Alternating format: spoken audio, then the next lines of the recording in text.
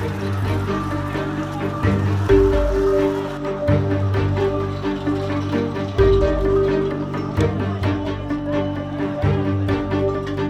Video पड़ोसी देश बांग्लादेश का है, जो पिछले एक हफ्ते से आरक्षण की आग में सुलग रहा है। हालात ऐसे बिगड़े कि प्रधानमंत्री शेख हसीना को सेना को सड़क पर उतारना पड़ा।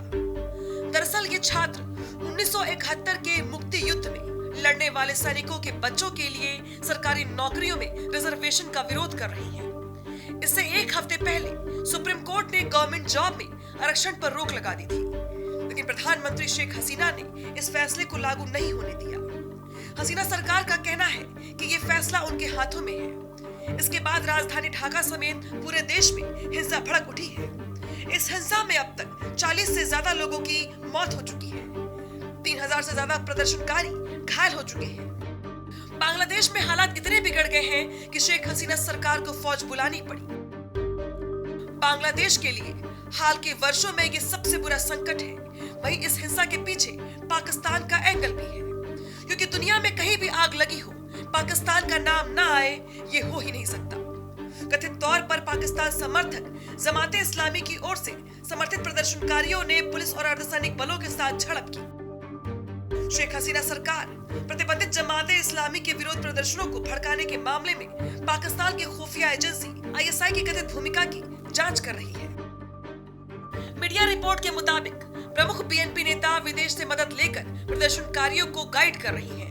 बांग्लादेश में इंटरनेट बंद कर दिया गया है। जमाते इस्लामी बांग्लादेश में बैन है, लेकिन उसे अपनी छात्र शाखा से ताकत मिलती है, जो दशकों से सड़क पर हिंसा और विरोध प्रदर्शन में संलिप्त है। अब आपको आगे बताते हैं कि आखिर प्रदर्शनकारियों की डिमांड क्या है। बांग्लादेश का गठन 1971 में हुआ और इसी साल से वहां पर 56% कोटा सिस्टम लागू हो गया। इसमें स्वतंत्रता सेनानियों के बच्चों को नौकरी में 30%, पिछड़े जिलों के लिए 10% और महिलाओं के लिए 10%, साथ ही अल्पसंख्यकों के लिए 5% और 1% विकलांगों को दिया गया है। इन सबको मिलाकर ये कोटा 56% होता है। आपको बता दें कि करीब 6 साल पहले भी 2018 में 4 महीने तक छात्रों ने प्रदर्शन किया था, जिसके बाद शेख हसीना सरकार ने कोटा सिस्टम खत्म कर दिया था। लेकिन 6 साल के बाद जून 2024 में सुप्रीम कोर्ट ने सरकार को फिर से रिजर्वेशन देने का आदेश दिया।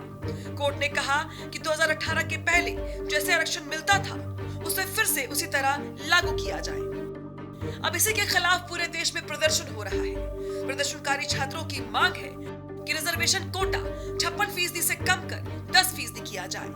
आरक्षित सीटों से योग्य कैंडिडेट न मिलने पर भर्ती मेरिट लिस्ट से की जाए। आरक्षित और अनारक्षित के लिए एक समान एग्जाम हो। सभी कैंडिडेट के लिए आयु समान हो। कोई भी कैंडिडेट एक बार से ज्यादा रिजर्वेशन का यूज न करे।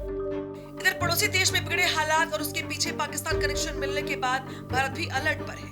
वो हालातों पर नजर रखे हुए है। जानकारी के मुताबिक भारत बांग्लादेश में सरकार और सुरक्षा एजेंसियों के साथ संपर्क में है, ताकि उन हालातों का आकलन किया जा सके जो बड़े संकट में बदलता जा रहा है। बिगड़ते लॉ एंड ऑर्डर के बीच भारत ने गुरुवार को पूरे बांग्लादेश में अपने नागरिकों के लिए एडवाइजरी जारी की है। शेख हसीना भारत की करीबी है और हाल में ही उन्होंने नई दिल्ली का दौरा किया था। सूत्रों के मुताबिक शेख हसीना को अपनी सरकार की सुरक्षा के लिए पॉलिटिकल सपोर्ट के लिए भारत का रुख करना होगा। एक्सपर्ट का ये भी मानना है कि भारत शासन ढांचे में सुधार को कह सकता है। उनका कहना है कि केवल रिजर्वेशन ही नहीं, बल्कि धीमी आर्थिक वृद्धि, नौकरियों में कमी और बढ़ती महंगाई से होने वाले असंतोष का आकलन भी सरकार को करना चाहिए।